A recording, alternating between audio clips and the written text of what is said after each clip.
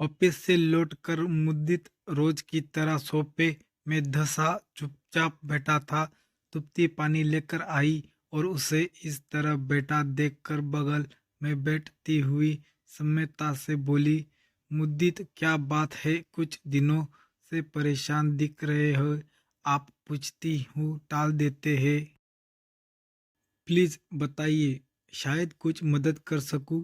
हालांकि तुप्ती को उम्मीद कम थी कि मुद्दित कुछ बताएगा, फिर भी उसने मुद्दित को हथेली अपनी हथेली में रखते हुए कहा, कह देने से मन हल्का हो जाता है। इस बार मुद्दित ने तुप्ती की ओर देखा, गहरी सांस ली और हल्के से बोला, तुम कहती हो कि तुम मेरी खुशी के लिए कुछ भी कर सकती हो। आंखों में प्रश्न भाव लिए मुद्दित तुप्ती के चेहरे पर नजरें गड़ाए बैठा था। इस सवाल से अचकचाई तुप्ती ने मुस्कुराकर कहा, आपको मेरे प्यार और समर्पण पर कोई शक है क्या? हाँ, मैं आपकी खुशी के लिए कुछ भी कर सकती हूँ। इस बार मुद्दित ने अटकते हुए कुछ बेशर्म शब्दों को मुंह से निकाला, मैं सहकर्मी रिया से प्यार करता हूँ और वो भी।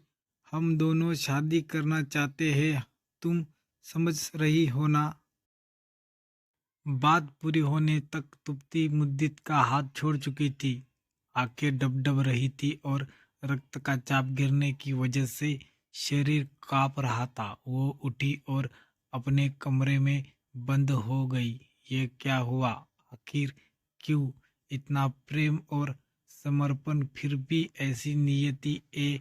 वही मुद्दित है जो उसके जॉब करने की बात पर बोला था कि तुम्हें मर्दों के साथ रहने का ज्यादा शौक है क्या? और उच्च शिक्षित तुप्ती ने अपनी महत्वाकांक्षाओं को श्रद्धांजलि देकर घर को और मुद्दित को जीवन को संवारने में खुद को खुशी खुशी व्यस्त कर लिया। और आज तुप्ती की आंखें रो रो कर सूज गई थी। कर्तव्य मूड तुप्ती का दिमाग शून्य हो चुका था। तुप्ती ने ब्लेड उठाया और कलाई पर रखा ही था कि उसे सोमू का ख्याल आ गया, जो वही गहरी नींद में सो रहा था। एक पल में होता हादसा बच गया। तुप्ती ने अगले ही पल दरवाजा खोला। उसके हाथ में एक सूटकेस था। मुद्दित चुपचाप खड़ा था। तुप्ती ने उसे सूटकेस पकड़ाते हुए उसे कहा, हाँ, आपकी खुशी के लिए कुछ भी कर सकती हूँ। आपको आजाद कर रही हूँ। अपनी प्रेमिका के साथ चाहे जहां जाकर रहो। ये मकान मेरे नाम पर लिया गया था, तो लीगली ही इसकी मालकिन मैं हूँ। और हाँ, वो दोनों फ्लैट भी मेरे ही है। यह कार की चाबी यही रखते जाना, मेरे पापा ने दी है। अब आप जा सकते हैं। वहां खड़ा मुद्दित घर से निकल लिया। उसे शांत सौम्य तुप्ती से कुछ और ही उम्मीद थी। 2 घंटे बाद ही मुद्दित वापस दरवाजे पर था। तुप्ती, मुझे माफ कर दो प्लीज, फुट फुट कर रोते हुए मुद्दित कहता जा रहा था। वो रिया मौका फरस्त निकली। उसने मुझे संबंध खत्म कर लिया। मुझे इस हाल में देखकर मैंने क्या नहीं किया उसके लिए। और वो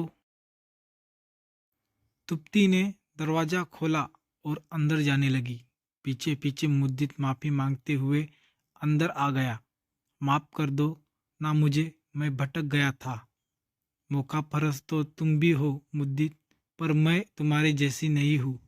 तुम इस घर में मेरे साथ तो रहोगे, पर अब मेरा प्यार, समर्पण और भावनाएं तुम्हें नहीं मिलेंगी।